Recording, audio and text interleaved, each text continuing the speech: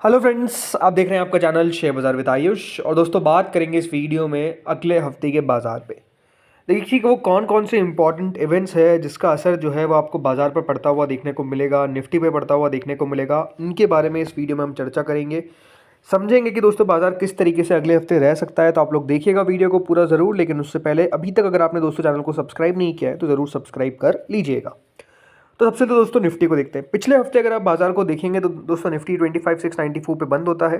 बाजार पिछले 5 दिनों में अगर आप देखेंगे लगभग 162 अंक हमको चढ़ता हुआ देखने को मिला। अब ये बात सही है कि दोस्तों पिछले हफ्ते बाजार में एक दिन का हॉलीडे भी था, उस बात को भी आपको ध्यान रखना है। लेकिन ओवरऑल दोस्तों थोड़ी सी हमको रिकवरी ज़रूर आती हुई देखने को मिली। जिस तरीके से पिछला पूरा एक महीना रहा है उसमें अगर आप निफ्टी को देखेंगे, लेकिन पिछला 5 दिन देखेंगे तो थोड़ी सी रिकवरी दिखती है। बट ये बात क्लियर है कि अभी दोस्तों बाजार में मजबूती जो है वो आपको बनती हुई देखने को नहीं मिल पा रही है।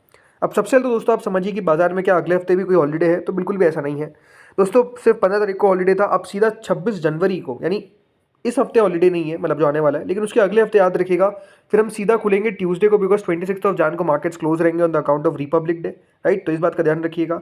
हमारे बाजार जरूर दोस्तों बंद नहीं है, बट एक बात आप ध्यान रखिएगा, कल के दिन अमेरिकन मार्केट्स बंद है। और अमेरिकन मार्केट्स में हॉलीडे है क्योंकि वहाँ पर मार्टिन लूथर किंग जूनियर का याद रखिएगा जो डे रहता है उस दिन बाजार वहाँ पर क्लोज रहते हैं। तो इसलिए कल हमारे मार्केट्स तो ओपन है, बट यूएस मार्केट्स का आपको कल क्लोजिंग देखने को मिलेगा, मतलब वो ओपन नहीं होंगे, हॉलीडे रहेगा on the account of Martin Luther king. चलिए ये बात तो होगी। लेकिन अब जैसा मैंने कहा दोस्तों, हमारे बाजार अगर आप देखेंगे तो जिस तरीके से कारोबार करे हैं ओवरऑल मार्केट्स में कोई उतना तगड़ा मूव नहीं आ पा रहा है, स्टेबिलिटी नहीं आ पा रही है। और स्टेबिलिटी क्यों नहीं आ पा रही है उसके पीछे का रीज़न तो सबको ही पता है, कौन एक है, वो है दोस्तों डोनाल्ड ट्रंप।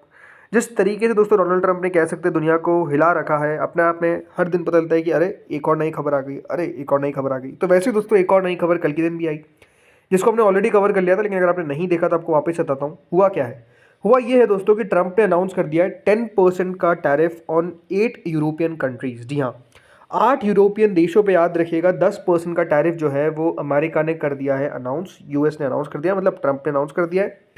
और ये अनाउंस क्यों किया गया है? अनाउंस किया गया क्योंकि ये 8 देश यूएस का कंट्रोल जो वो ग्रीनलैंड पे लेने की कोशिश कर रहे हैं उसको अपोज कर रहे थे। मतलब उसको अपोज करना ये भारी पड़ गया कि 10% का जो टैरिफ है वो याद रखिएगा यहाँ पर लगा दिया गया है। और डोनाल्ड ट्रंप में ऐसा थोड़ी है कि देखिए हल्की सी चीज़ करते हैं, इसके बाद और एक और बड़ा बयान आ गया। और ये बयान था कि 10% का टैरिफ तो मैं अभी लगा रहा हूँ, अगर मेरी बात नहीं मानी और 1 जून से पहले पहले ग्रीनलैंड को हमने परचेज नहीं किया, या फिर जो पूरी डील हमारी ग्रीनलैंड के साथ वो नहीं होती है एक्वायर करने की, तो जो टैरिफ है ये 10% से बढ़ाकर मैं 25% कर दूंगा। मतलब आप समझिए कि जो यूएस है, जो इसका अलाय है, ये नेटो से सारे देश हैं। अब याद रखिएगा अमेरिका उन्हीं के खिलाफ हमको काम करता हुआ देखने को मिल रहा है, और काम ऐसा कर रहा है कि इन देशों पर टैरिफ आप कह सकते हैं अब लगाते हुए नजर आ रहे हैं। कल ये अनाउंसमेंट जो है वो उन्होंने अपना जो ट्रुथ सोशल है याद रखिएगा उस पर करी। जो 8 देश है इसके अंदर, पहले आपको बताता हूँ, इसमें आते हैं ऑब्वियस बात है डेनमार्क तो है ही, Norway, Sweden, France, Germany, UK, Netherlands और फिनलैंड। ये ध्यान रखिएगा ये 8 देश हैं जो दोस्तों टैरिफ अब झेलते हुए नजर आएंगे। और जैसा मैंने कहा ये अभी 10% है, ऐसा नहीं है कि 10% रहेगा ये। जब तक उन्होंने साफ कहा है कि अगर हमने ये डील स्ट्रक नहीं की जून 2026 से पहले तो इस रेट को मैं बढ़ा दूंगा 25% तक। जी हाँ, 25% तक लेकर चल जाएंगे। अब आप कह सकते हैं कि वो देश जिन्होंने अपनी ग्रीनलैंड के अंदर सेना भेजी है, राइट, वो देशों पे टैरिफ लगता हुआ देखने को मिला है। पहले ही दोस्तों इटली के जो प्राइम मिनिस्टर है मेलोनी, राइट, उन्होंने तो ऑलरेडी कहते कि हम अपना देश में कोई सेना ग्रीनलैंड पे नहीं भेजेंगे। तो आप समझ सकते हैं कि अब नेटो के अंदर भी एक आप कह सकते हैं क्रैक हमको देखने को मिलेगा। रीज़न बीइंग बिकॉज अब नेटो के खिलाफ याद रखिएगा अमेरिका काम कर रहा है। तो इस पर क्या यूरोपियन कंट्रीज़ का कोई रीबटल आया? क्या उन्होंने इसके खिलाफ कुछ कहा? तो बिल्कुल कहा है। अब कहा क्या है ये अपने आप में इंपॉर्टेंट है। तो पहली बात तो दोस्तों यूरोपियन यूनियन ने याद रखिएगा जो यूएस के साथ ट्रेड डील थी उसको पॉज कर दिया है। ये बात ध्यान रखिएगा, ऑलरेडी 15% का बेसलाइन टैरिफ जो है वो यूरोपियन यूनियन पे कर रहा है किसको? अमेरिका को। लेकिन अब वो जो ट्रेड डील है वो ट्रेड डील को याद रखिएगा यूरोपियन यूनियन ने कहता है कि हम पॉज कर रहे हैं क्योंकि ट्रम्प हमको थ्रेटन कर रहे हैं tariff on European countries over Greenland demand. और इसीलिए दोस्तों क्या क्या यूरोपियन कंट्रीज ने उन्होंने एक इमरजेंसी मीटिंग बुलाई है, क्योंकि अपने आप में जिस तरीके से दोस्तों अब एक हमको रिश्ता जो है वो खराब होता हुआ देखने को मिल रहा है between EU and US. Because जैसा मैंने पहले भी पिछले वीडियो में भी कहा था कि यूरोपियन यूनियन और यूएस दोस्तों एक ही है। मतलब जिस तरीके से ये काम कर रहे थे, पूरा यूएस इनकी देखभाल करता था, पूरा मिलिट्री सपोर्ट देता था। और नेटो इसलिए तो बना कि अगर कोई भी, याद रखिएगा, दूसरा देश हम पे हमला करता है या फिर हमारी अस्तित्व पे सवाल आ जाता है या फिर कुछ भी होता है, तो हम सब देश इकट्ठा खड़े रहेंगे।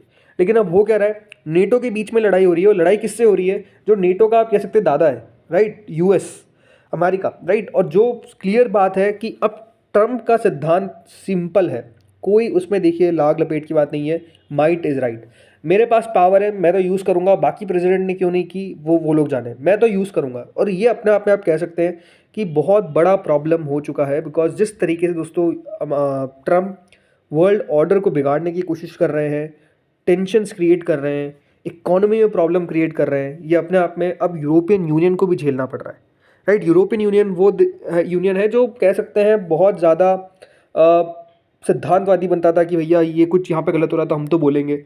अब ये जब ट्रम्प लगातार दोस्तों गलत कर रहे हैं, तब अभी भी अगर आप देखेंगे तो बहुत कुछ नहीं बोला जा रहा है, क्योंकि याद रखिएगा ये यूरोपियन यूनियन के देश पे बात आ गई, डेनमार्क पे बात आ गई, उनके ग्रीनलैंड पे बात आ गई, इसलिए याद रखिएगा अब खड़े होते हुए देखने को मिल रहे हैं। बट प्रॉब्लम क्या है, ये पहले से ही देखे चलता हुआ आ रहा है, लेकिन क्योंकि कुछ बोल नहीं पाए, यूरोपियन यूनियन ने कुछ काम नहीं किया, इसलिए आप कह सकते हैं कि कितना ये लड़ पाएंगे, ये भी अपने आप में एक सवाल है। लेकिन इसका इम्पैक्ट ऑब्वियस सी बात है दोस्तों मार्केट्स पे देखने को मिलेगा, क्योंकि tariff war between EU and US it's not good, right. ये अपने आप में कह सकते हैं कि बहुत बड़ी इकोनॉमी इनस्टेबिलिटी लेकर आ सकता है यूरोपियन यूनियन के अंदर, राइट। तो अपने आप में ये एक बहुत बड़ी प्रॉब्लम है।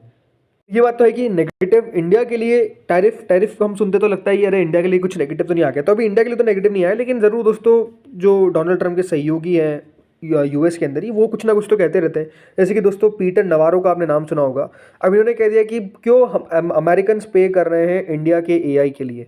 तो ये कह रहे हैं कि क्योंकि इतना एआई यूज़ होता है इंडिया के अंदर और अमेरिका की इलेक्ट्रिसिटी ये सब चीज़ें यूज़ होती है, तो हम क्यों पे करें, अमेरिकन क्यों पे करें। अब एक और दोस्तों नया टारगेट जो है वो चैट जीपीटी के ऊपर उन्होंने कह दिया है कि हम क्यों पे कर रहे हैं, इंडियंस जो एआई चलाते हैं उनके सर्वर्स अमेरिका के अंदर है, उसकी बिजली अमेरिका के अंदर लगती है, उसका खर्चा जो है वो अमेरिकन उठाते हैं और फ़ायदा जो है वो इंडियंस उठा रहे हैं। तो आप समझ सकते हैं कि इंडिया से जिस तरीके से हेट लगातार बढ़ती हुई देखने को मिल रही है, ये बहुत ही अजीब सी चीज़ हो रही है। बिकॉज इंडिया ऐसा लगता था कि देखिए अमेरिका अलाय है, बट बिल्कुल भी अलाय नहीं निकला। जैसे मैंने कहा नेटो का अलाय नहीं निकला, तो इंडिया तो चलिए दूर की बात है। अब इस पर कितना बाजार रिएक्ट करता है अब देखने वाली बात है, लेकिन हाँ ज़रूर अब कुछ इंपॉर्टेंट डेटा है। इंपॉर्टेंट में दोस्तों ये है कि यूएस की जीडीपी का हमको एक आंकड़ा आता हुआ देखने को मिलेगा, ये बात ध्यान रखिएगा। Q3 का आंकड़ा आता हुआ देखने को मिलेगा, 4.3% का याद रखिएगा फोरकास्ट बताया गया है। अब किस प्रकार से जीडीपी निकल कर आती है, बाजार इसको देखेगा, बाजार देखेगा कि किस तरीके का आंकड़ा आता है, क्या एक्सपेक्टेशन से बेहतर आता है या फिर ख़राब आता है। आई थिंक मार्केट्स उसके लिए अब वेट एंड वॉच करेगा कि किस तरीके का डेटा जो है वो यूएस का जीडीपी का निकल कर आता है। इसके अलावा देखिए कुछ फैक्टर हमारे लिए भी बहुत इंपॉर्टेंट है, लाइक एफआईआईस। लगातार दोस्तों एक बिकवाली जो है वो एफआईआईस की हमको दिखती हुई देखने को मिल रही है। और हुआ क्या है 2-4 दिनों में कि एफआईआईस का आंकड़ा अपने आप में बहुत बड़ा भी हो गया। मतलब आप देखिए कि पिछले हफ्ते, बहुत इंपॉर्टेंट बात बता रहा हूँ, 12, 13, 14 और 16 4 दिन हमारे मार्केट्स खुले। 12 जान को एफआईआईस के द्वारा बेचा जाता है 3638 करोड़ का माल। अगले दिन 1500 करोड़, उसके अगले दिन 4780 करोड़, फिर 4346 करोड़। मतलब अगर आप 4 दिन में देखेंगे तो जो डेटा है वो अपने आप में इतना हैवी हो गया। और वो ऐसा नहीं था कि उसकी हुआ, उससे पहले नहीं आया था, उससे पहले भी अगर आप देखेंगे जो 2 दिन थे, थर्सडे और फ्राइडे, वहाँ पर भी उन्होंने अच्छा माल बेचा था। लेकिन ये कह सकते हैं कि एफआईआईस की जो बिकवाली है वो दोस्तों हावी पे हावी होती जा रही है। और 26,000 करोड़ की बिकवाली याद रखिएगा ऑलरेडी अभी मंथ चल रहा है और कर दी गई है। तो एफआईआईस दोस्तों लगातार आप कह सकते हैं बाजार से माल निकालते हुए देखने को मिल रहे हैं, बिकवाली कर रहे हैं, और इसका असर आप क्लियरली मार्केट्स पर देख सकते हैं।